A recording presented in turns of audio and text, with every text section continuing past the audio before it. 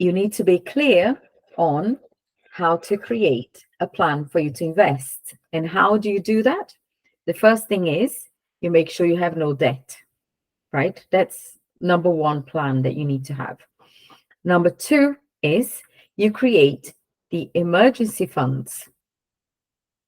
So remember when I said that we have to have two? That's right. So you have to have two different monies and they do different things. So one money is just for security, just saving. This money is not going to grow, it's not going to multiply, but it's safe. And the other money is for you to multiply. And we say that you should only invest money that you can afford to lose. So why do I not panic when I've been investing in the stock market for 5 years, right? I started in 2019. Why do I not panic? Number one, investment is always long term. If you're investing, you have to keep in mind that you're investing for like 5, 10, 15, 20 years ahead of you. It's not for tomorrow, it's not for next year, it's not next month, it's for long term, right? Because in long term, the market is going to go back up. If it's down today, it has time to recover. The biggest, historically, the longest that the A market took to recover from any like Great Depression, Second World War, whatever, was 10 years. Can you imagine for 10 years looking at the investments and looking at it negative? Yeah, that is why. Why do you think there's no like hundreds of millions of investors out there? Because not everybody can put up with it. And Warren Buffett says the biggest organ of an investor is not the head, it's the stomach. To put up with this is challenging. It's not easy. It's challenging. So going back to the plan, so you have an emergency fund, which if you need money, you won't take money from your investments. You're going to take money from emergency funds, because if your investments go down, you have time. You give it time for it to go back. And when it goes down, then is the time for you to buy things, because things will be very cheap. When everybody's taking money, you're putting money in. One of the biggest and the best things I did as an investor was in 2020, when COVID popped. Everything was very cheap. So I could, oh, no worries. One of the best investments I did in my life was in COVID 2020, right? So what I did was everybody was taking money out because everybody was nervous. I don't know what's going to happen. Is the apocalypse, whatever. So everybody was taking money. So everything that I had bought for, let's say, £100 was worth 40. So I went and put a big amount of money, £20,000. I put and bought everything. So everything was really cheap. So I bought everything really cheap. It was on sale, right? The stock market was on sale. So a few months later, everything went back up. And because of that, because this one decision that I made, because I understood how investments work, they go up and down. When people get nervous, they take money out from the investments. Because of this decision I made, my investments are very healthy because of this 1 year. It made obviously, because I'm going to be investing for 10, 20 years, maybe this is not going to make a difference down the line, but today it makes a massive difference in my investment portfolio because I made this right decision, right?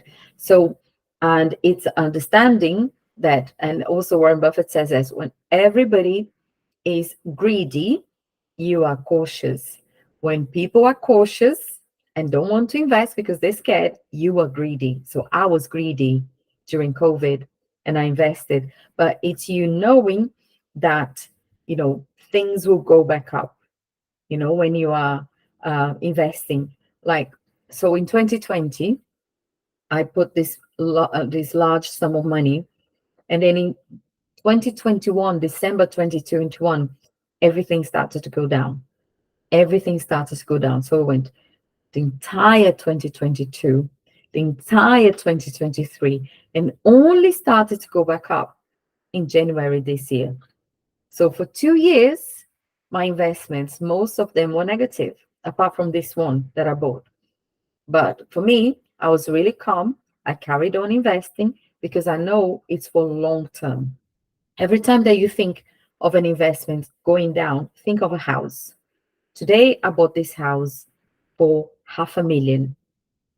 Let's say in 6 months' time, people are very nervous. There's things going on in the world. So the same house is worth 300,000, for example.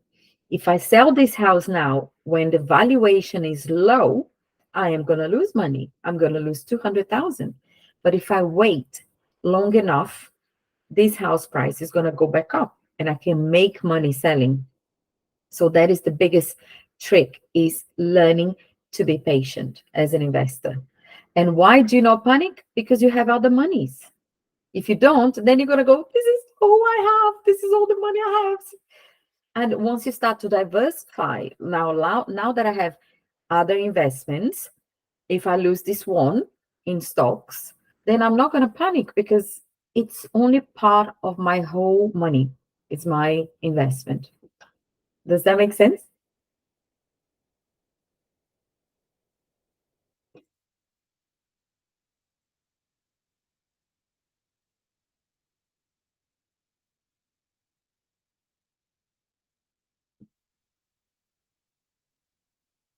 See. Yeah. These are, I tell you what they are. They are what we call bonds. Yeah, I can explain what they are.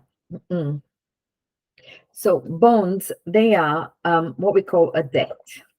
So the way it works is we have stocks and we have bonds. Stocks, when you buy a stock from Apple, for example, you become a small owner of Apple. So you have a share, right? So if you have enough stocks, you can even participate on the decisions they make in the company. But because you buy a tiny bit of stocks, maybe you can't. But when you buy Apple stocks, if Apple does well, you do well because you're investing in it. But bonds is not that. Bonds is what we call in English, in England, is IOU. Bonds is simply debt that the company or government is selling to you. So, when we go to a bank and we borrow money, right? So you go there and say, Mr. Bank, I want some money. And then they go, okay, I'm going to give you money, but every month you're going to pay me an interest. So because you owe me money and I want to make sure I take some of the money that I lent you plus a little bit more as a compensation. Yeah. Bonds are exactly that, but the other way around. You are lending money instead of borrowing money. You are lending money to either corporate companies or you're lending to government. So how does they work? How do they work? So they take your money, they take money from you, you borrow them, you lend them money, and they're going to pay you what we call a coupon. So every so often, and it could be once a year or once every 6 months, they're going to pay you what we call a coupon. And a coupon is just to say, right, Leticia, I know I owe you money. I'm not going to pay you right now because you agree on a date for them to pay you back, but I'm going to pay you a coupon, right?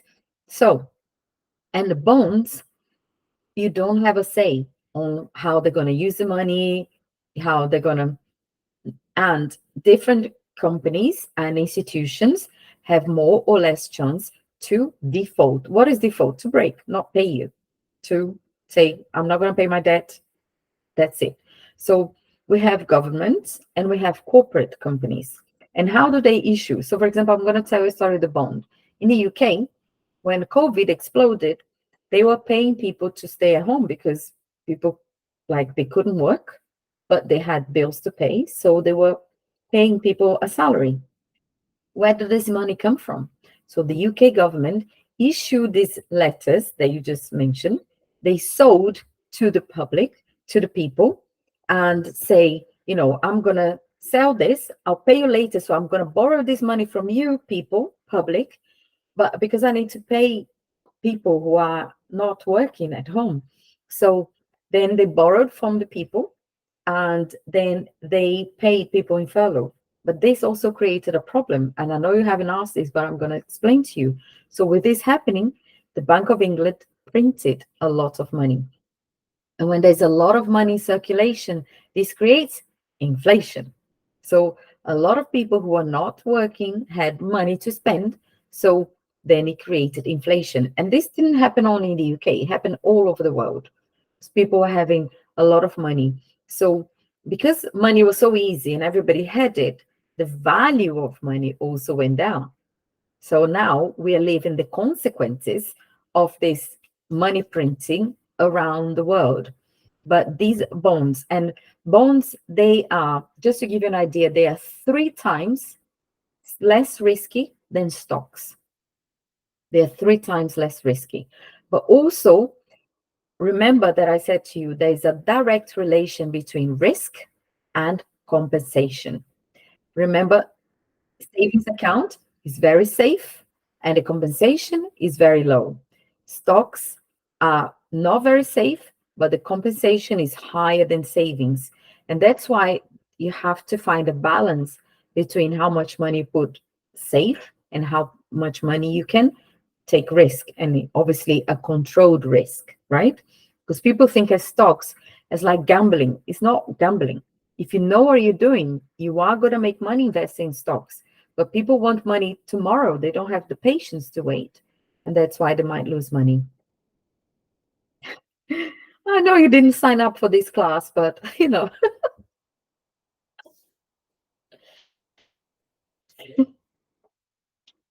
but I'm happy to repeat and also obviously because it's a lot of information to take in.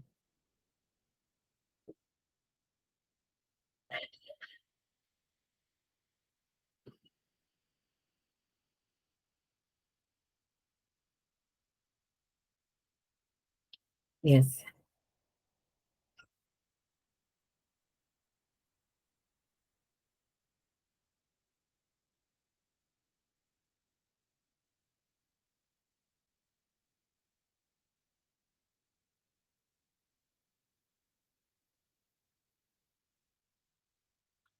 yes,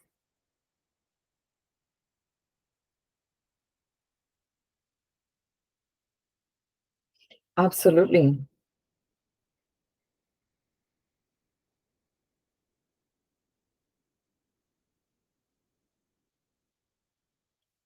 Yeah,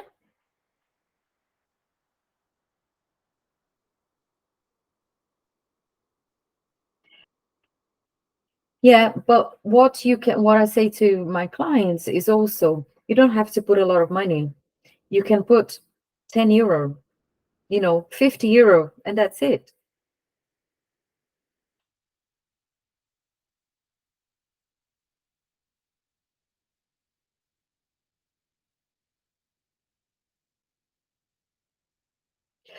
It depends on the platform. Some platforms you can invest like $100 or £100 or 25. Some platforms you need one euro, £1. So it depends on the platform. But a lot of people think that investment, for you to invest, you need a lot of money. And it depends on the platform. Usually you don't need a lot of money. But investments become more complicated as you have more money to invest, right? If you have more money, you have more access to complex investments, but you don't. So you can, for example, say, right, this year I'm not ready to invest fully in stocks. So I'm gonna put 10 euro in one stock. And in one year, if I'm happy and I'm comfortable and I can live with this, I am gonna have more money. If not, I'm not gonna invest anymore. So you can, just um see how you feel. Do you know what I mean? Test the water. Oh, don't worry, it's fine. Don't worry.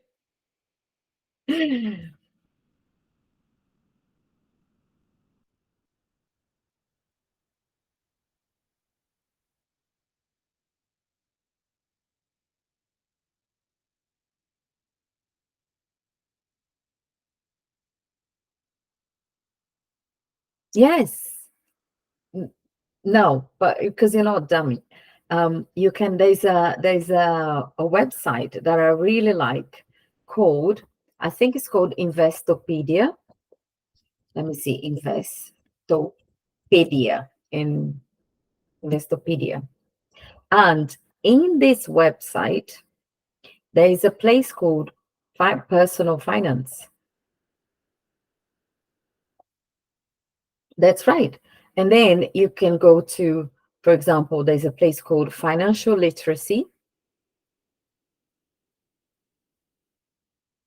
lessons for elementary schools. And obviously you can understand here, like, this is for very basics for school, but you can see here stock market for teens, for example.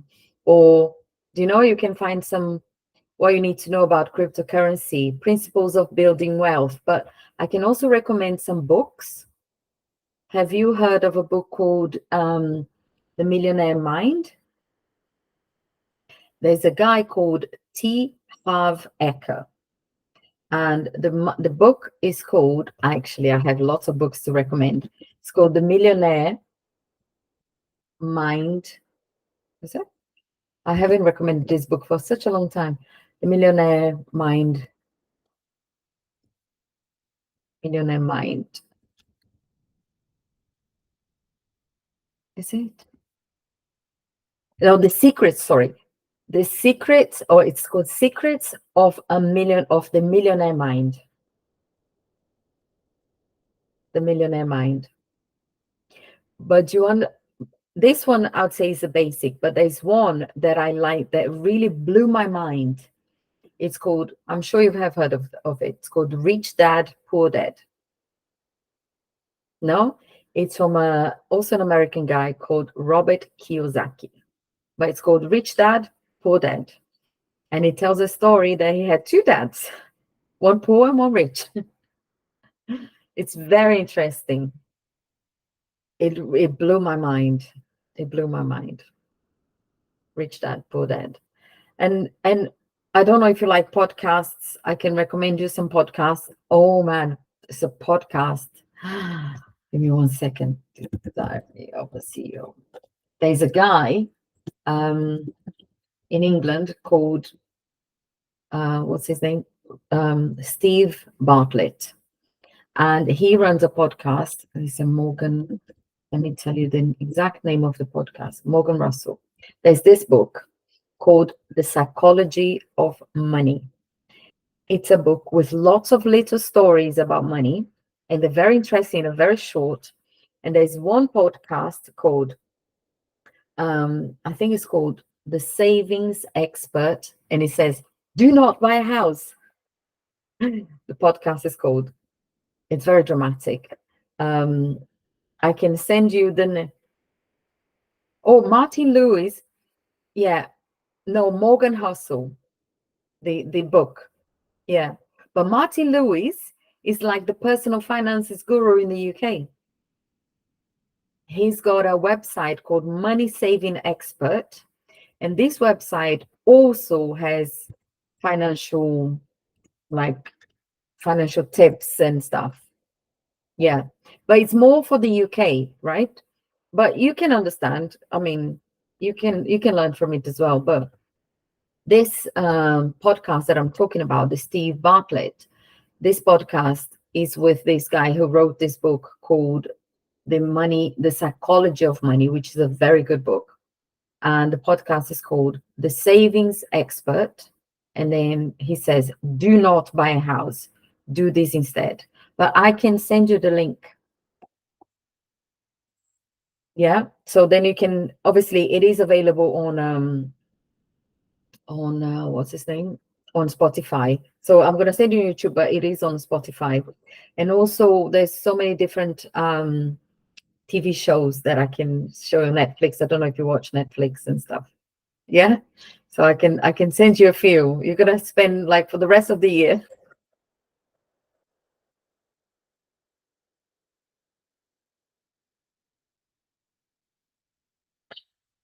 It's really exciting that you're doing this.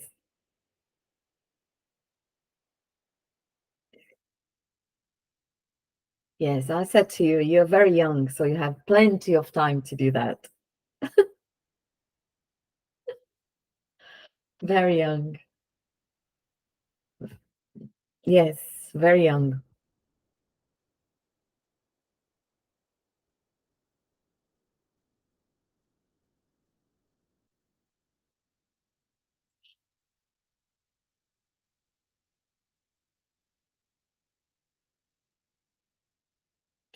I'm sure you have done other things. You don't have their lives. You might have traveled a lot. You might have invested in yourself. You might have a career better than your mom had when she was at your age. So don't let this drag you, you know?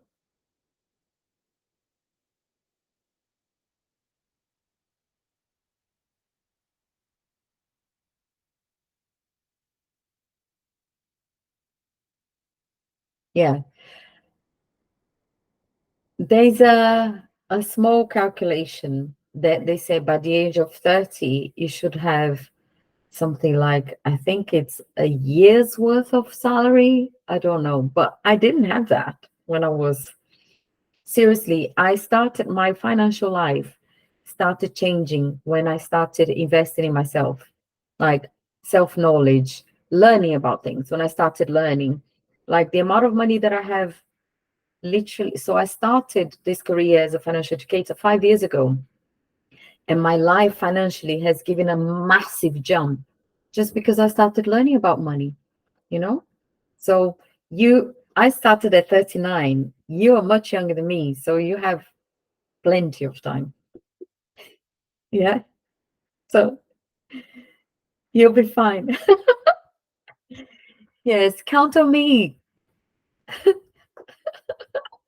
Then I'll send you this podcast. Is there anything else that you would like? You're welcome.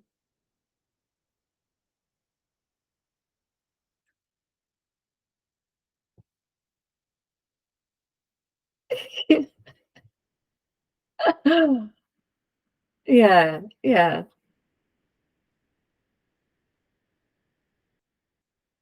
You're most welcome. Anytime you like, I'm here. Yeah. So, hasta luego, hasta después o hasta pronto.